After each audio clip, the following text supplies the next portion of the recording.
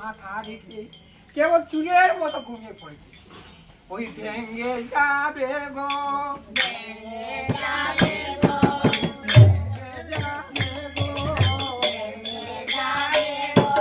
তোমার কানু সুখ বিদায়া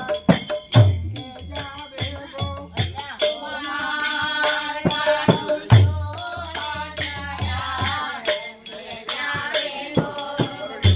সুখ বলছে দেখ শাড়ি চুর চুর বলবি না, চুর যদি সাধু সঙ্গ স্পর্শ করি তবে চুর কি আছে চুর তাকে